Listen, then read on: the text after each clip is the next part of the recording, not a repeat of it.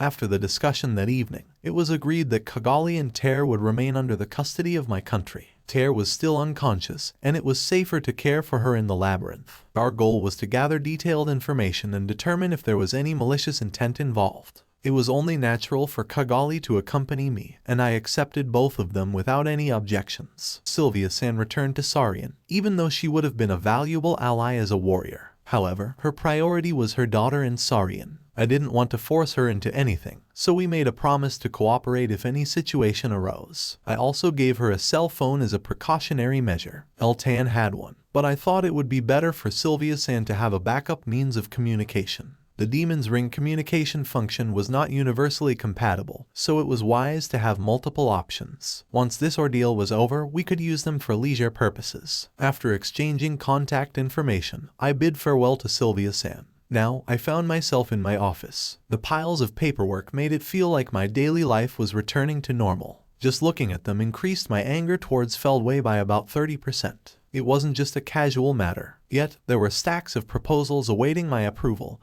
and numerous meeting notes about various measures being implemented. For now, I decided to postpone reviewing the meeting notes as they were already completed. I swiftly assessed the new projects requiring approval, and made prompt decisions on their viability. I was busy, but it was inevitable. After all, the World Conference was scheduled to take place in the Kingdom of Ingratia in 2 days. Yes, a World Conference. It would be the first of its kind in history. The participation of the Eastern Empire's Emperor in the Western States Council, a regular event held in the West, was unprecedented. Initially, I was supposed to meet Miles in the Kingdom of Bloomund and travel with him. However, someone foolishly decided to invade Leon's country, disrupting our plans. Now, I had to fill in the gaps with these documents, a consequence of that mistake. But that was all in the past now. All I needed to do was sip some tea and relax. I would attempt to calm myself and gather my thoughts before the big event. Rimuru-sama, here's your tea. Thank you. You should take a break with me too, I suggested to Diablo, encouraging him to sit across from me. Diablo was excited and seemed to expect me to say something like, "I'm honored," but I disregarded it and began speaking. So, what kind of person is Feldway, in your opinion? He's a serious individual. He's rigid, uncompromising, or however you want to describe it. Once he has made a decision, he will not waver. He doesn't take other people's opinions into consideration, so his peers have mixed evaluations of him. Is there anything else? I'm not entirely sure about this. And then he proceeded to tell me something more important than I had anticipated. To put it simply, it was about how they travel between their base and this world. They, the aggressors, were modified versions of those who were banished from this world by Veldanava and the angel legions who watched over them. Their base, naturally, was in the other world. The connection between the other world and this place, the Cardinal World, was maintained by a special force field known as the Underworld Gate, which had multiple locations around the world. The demons were the ones who guarded, or rather controlled, these gates. Surprisingly, they were expanding their influence around the Underworld gates. The only known gate was the one guarded by Kara, not too far from Leon's territory. The gates guarded by Testarossa and Ultima had disappeared due to a major battle. It's better if we stay away from them. If you go to the other world with your physical body, you will be contaminated and transformed. Those who come to this side from the other world are almost certainly aggressors, he said bitterly. In essence, it would be easier to destroy the gate itself, as it only brought chaos to this world. However, Testarossa and Ultima were against that idea. They had been guarding the gate for a long time, but when Diablo went to investigate, the gate was already broken, making them easy to recruit. I thought to myself, that can't be true, right? But I didn't voice my doubts. As evidence, the gate that Kara had been guarding appeared to be broken. Currently, it seemed that the gates had been left unattended because one needed great power to come and go through them. I secretly considered the possibility that they were intentionally broken. But getting back to the main point, Diablo was wondering how Feldway and the others had entered this world.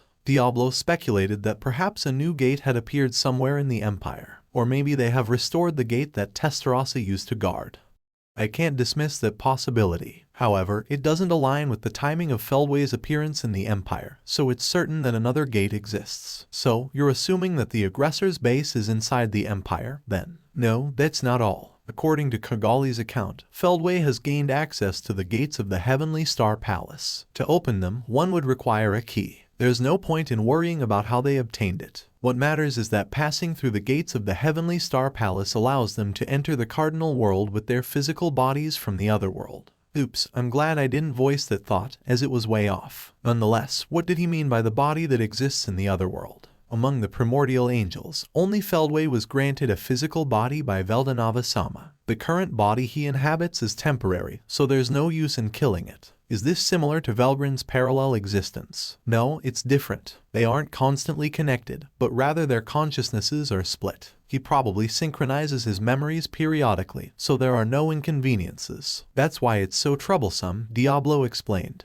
From what I understood, Velgrin was like a set of synchronized computers connected to the internet, whereas Feldway was like a set of computers disconnected from the internet, with only data being transferred from the terminals. I see, that seems to be the correct understanding. In other words, the spacetime continuous attack won't be able to reach his main body, making him a very troublesome opponent. I understand now, he's very troublesome. So, unless we go to the location of his main body to defeat Feldway, we can't defeat him. It's certainly troublesome. But, if his main body goes out of its way, wouldn't that be convenient for us? Yes, it would be. However, he is simply incredibly strong. It's possible that his main body's combat abilities surpass that of Guy's. That's why I thought we should be prepared for any situation. A serious guy is on par with Velzard-san. So, Feldway is comparable to a true dragon, then. Fufu, that is correct. I'll leave it to you, but you'll be fine, right? I intended to entrust Feldway to Diablo. I was surprised to learn that Feldway's true strength was on par with a true dragon,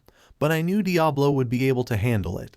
Or maybe it's impossible after all. However, as soon as Diablo heard my words, he responded with a big smile on his face. I am deeply moved, Rimuru-sama. I will continue to strive to live up to your trust. Oh, it seems that everything is fine. Diablo may be overconfident, but he doesn't take on tasks he can't handle. Whether he can win or not, he believes it's possible to deal with Feldway. If that's the case, it would be foolish for me to worry. It's always better to have a trusted subordinate face an opponent that could potentially result in an endless battle. So, I decided to let Diablo do his best, just as I had initially planned. Now that I understood how formidable Feldway was, I became curious about the next target. How do you think he will make his move?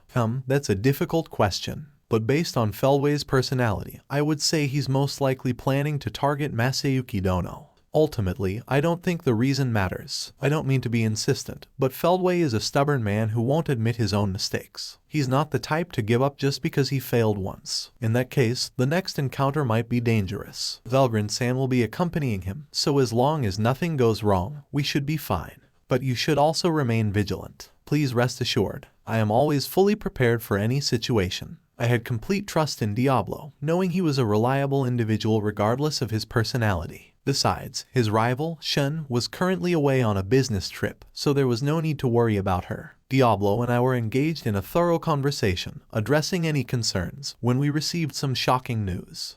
There's been a major problem, Rimuru. Came a call from Milim, carrying a hint of trouble. What's the matter? Actually, Obra has escaped. She claimed that she betrayed Feldway and ended up in a confrontation with Michael. Discussing such matters over the telepathy net via Demon's Ring was not advisable. Therefore, I made the decision to visit Milim in person.